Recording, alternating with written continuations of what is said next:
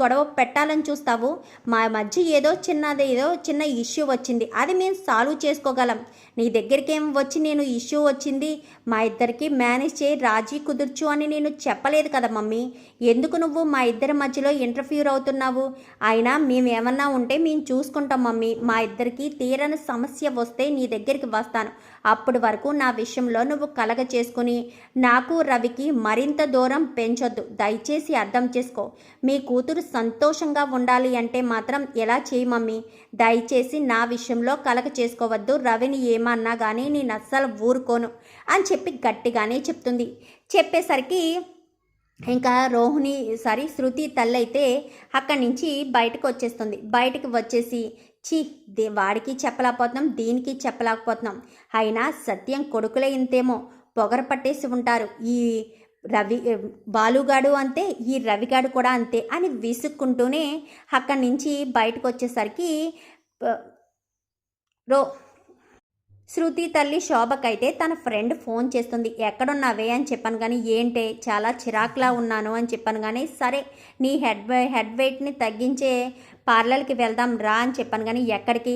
నేను వెళ్ళే పార్లర్కే వెళ్తానని కానీ, నువ్వు వెళ్ళే పార్లర్ కాదే, నా ఫ్రెండ్ పార్లర్ ఉంది ఒకటి, అక్కడికి వెళ్దాము అని చెప్పాను కానీ, నీ ఫ్రెండ్ పార్లరా ఎక్కడుంది అని చెప్పాను కానీ, సెంటర్లోని అని చెప్పనేసరికి, సెంటర్లో నీ ఫ్రెండ్ పార్లర్ ఉందా? ఎక్కడో సిటీ అవుట్స్కట్స్లో ఎక్కడో ఉంది అని చెప్పావు కదా, సెంటర్లో ఎప్పుడు పెట్టింది అనగాని, ఈ మధ్యనే పార్లర్ వేరే వాళ్ళ దగ్గర నుంచి తీసుకుందంట్లే, నాకు చెప్పింది ఒక్కసారి విజిట్ చేయమని. నేను తనకు ఫోన్ చేశాను, రమ్మని చెప్పింది, తను అక్కడే ఉందంట. అందుకని నువ్వు కూడా వస్తే వెళ్దాము అని చెప్పాను కానీ, సరే నేను పలానా చోట ఉన్నాను, వస్తున్నాను, వెయిట్ చేయనేసరికి ఇంకా తను రెడీ అయ్యి అక్కడికి శోభ కాస్త అక్కడికి వెళ్తుంది. తన ఫ్రెండ్ని ఎక్కించుకుని నేరుగా రోహిణి పార్లర్ దగ్గరికి వస్తుంది. వచ్చేసరికి రోహిణి పార్లర్ ఇంతకు ముందు ఒకసారి చెప్పింది, ప్రభావతి పార్లర్ అని పెట్టింది నా కోడలు అని ప్రభావతి తెగ గొప్పగా చెప్పింది కదా. అదే విషయం జ్ఞాపకం తెచ్చుకొని చూసేసరికి క్వీన్స్ పార్లర్ ఉంటుంది. అదేంటే ఇది ప్రభావతి పార్లర్ అని కదా ఉండేది అనగానే, ఏమో నాకు అవన్నీ తెలీదు అని చెప్పాను కానీ, సరే మీ ఫ్రెండ్ ఇక్కడే ఉందా అని చెప్పనేసరికి, ఇక్కడే ఉండుంటుంది, పైన ఉండుంటుంది అని చెప్పి ఇద్దరు పైకి వెళ్తారు. పైకి వెళ్ళేసరికి అక్కడ రోహిణి కనిపిస్తుంది. అమ్మ రోహిణి బాగున్నావా అని పలకరిస్తుంది. బాగున్నానండి అని చెప్పి చూసేసరికి ఒక్కసారిగా షాక్ అయిపోతుంది. ఈ అమ్మాయి ఏంటి ఇక్కడ అని చెప్పాను కానీ, ఈ అమ్మాయే కదా మా పార్లర్లో పనిచేస్తుంది, బై తినే నా ఫ్రెండ్, ఈ పార్లర్ ఓనర్ తినే అని చెప్పాను కానీ, పార్లర్ ఓనర్ నువ్వా? పార్లర్ ఇంతకు ముందు ఆ రోహిణిది కదా, రోహిణి కదా ఈ పార్లర్ నడిపేది, పైగా ప్రభావతి పేరుతో నడిపేదని విన్నాను అని చెప్పాను కానీ, అదా అది ఒకప్పుడు, ఇప్పుడు కాదు. ఆ పార్లర్ని నేనే తీసుకున్నాను కదా, ఈ పార్లర్ కూడా నాదే. సిటీ అవుట్స్కట్స్లో ఉంటే అందరూ అక్కడికి రావడానికి ఇష్టపడడం లేదు, అందుకే ఇక్కడ పార్లర్లు బాగా వచ్చిందని ఈ పార్లర్ నేనే రోహిణి దగ్గర తీసుకున్నాను. మన పార్లర్లన్నింటికి క్వీన్స్ పార్లర్ అనే కదా పేరు, అందుకే పేరు కూడా మార్చేశాను అనగాని, అయితే రోహిణి పార్లర్ అమ్మేసిందన్నమాట. రోహిణి పార్లర్ అమ్మేసిన విషయం ప్రభావతికి తెలియక, నా కోడలు పార్లర్ ఉంది అని తెగ గొప్పగా వెర్రవీగుతుందన్నమాట. ఓకే అని చెప్పి ఇంకా హెడ్ మసాజ్ అది చేయించుకున్న తర్వాత, సర్లేవే నాకు చిన్న పని ఉంది అని చెప్పి అక్కడి నుంచి శోభ కాస్త నేరుగా ఇంటికి వెళ్తుంది. ఇంటికి వెళ్ళేసరికి అమ్మ శృతి అని పిలిచేసరికి, ఈవిడిప్పుడు ఎందుకు వచ్చింది?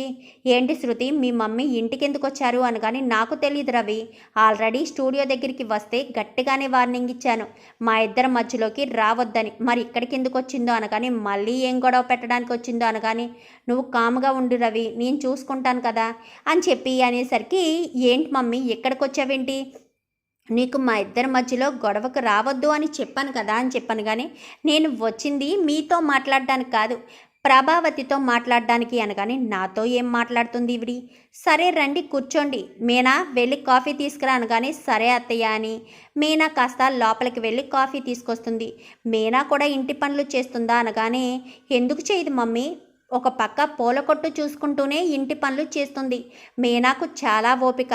పూల కొట్టు లేనప్పుడు ఇంటి పనులు మొత్తం చూసుకునేది, ఇప్పుడు పూల కొట్టు ఉన్న పాపం ఇంటి పనులు చూసుకోవాల్సి వస్తుంది అని చెప్పాను. కానీ నేను శృతి పార్లర్కి, నేను రోహిణి పార్లర్కి, నేనేమో డబ్బింగ్ స్టూడియోకి వెళ్ళిపోతాం కదా, అందుకు మేము ఏమీ చెయ్యము అని చెప్పాను. కానీ అవునా, ఏ అమ్మ రోహిణి పార్లర్ ఎలా నడుస్తుంది అని చెప్పాను. కానీ బాగానే నడుస్తుందండి అని చెప్పాను. కానీ అయినా పార్లర్ ఎలా నడిస్తే నీకేం సంబంధం ఉందిలే, నువ్వు ఆ పార్లర్లో జీతానికే కదా వర్క్ చేస్తున్నావు, పార్లర్లో ప్రాఫిట్స్ వచ్చేవి ఏమీ నీకు సంబంధం లేదు కదా అని చెప్పాను. కానీ ఏం మాట్లాడుతున్నారండి, పార్లర్లు రోహిణి జీతానికి పనిచేయడం ఏంటి అని చెప్పి ప్రభావతి అనగానే, అవును మమ్మీ, రోహిణి జీతానికి పని చేయడం లేదు, రోహిణి పార్లరే అది అని చెప్పాను. కానీ అని మీతో చెప్పిందమ్మా శృతి, ఆ పార్లర్లు ఎప్పుడో నా ఫ్రెండ్ కొనేసిందంట.